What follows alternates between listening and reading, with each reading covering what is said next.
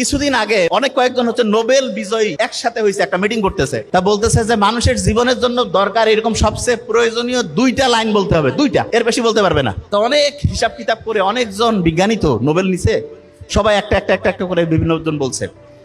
শেষে দুইটা কথা সবচেয়ে বেশি পছন্দ হয়েছে, সবচেয়ে বেশি ভোট পেয়েছে। তার মধ্যে প্রথম কথাটা কোনটা জানেন? যে অবস্থায় আপনি আছেন শুকরিয়া আদায় করেন।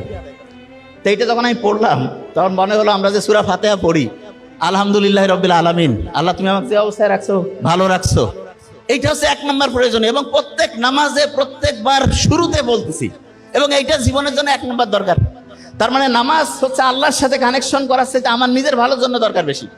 নিজে ভালো থাকবো কখন? যখন আমি চিন্তা করি যে আল্লাহ আমাকে তুমি যে অবস্থায় রাখছো ভালো রাখছো। আর দ্বিতীয় কথাটা কি দরকার? সেটা হচ্ছে মানুষ দীর্ঘদিন ভালো থাকতে পারবে, মানুষের ব্রেইন সুস্থ থাকবে, মানুষ হচ্ছে উন্নতির দিকে যাবে কখন? যখন কেউ রেগুলার পড়াশোনা করে। কোরআনের প্রথম যে আয়াতটা নাজিল হইলো কি ছিল? প্রথম আয়াতটা পড়ো তোমার প্রভুর নামে, ঠিক না? পড়ার কথা বলছে।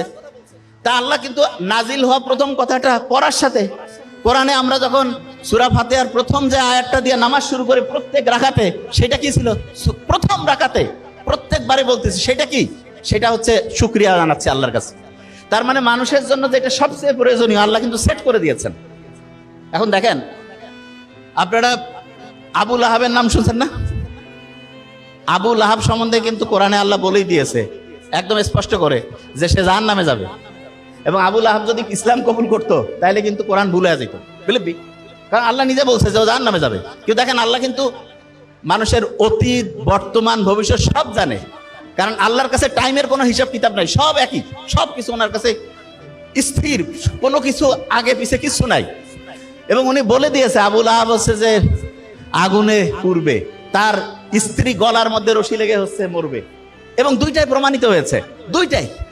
আবু লাহাব ইসলাম কবুলও করলো না, সে যদি খালি কবুল করতো আলাদা হয়ে যেত ইতিহাস।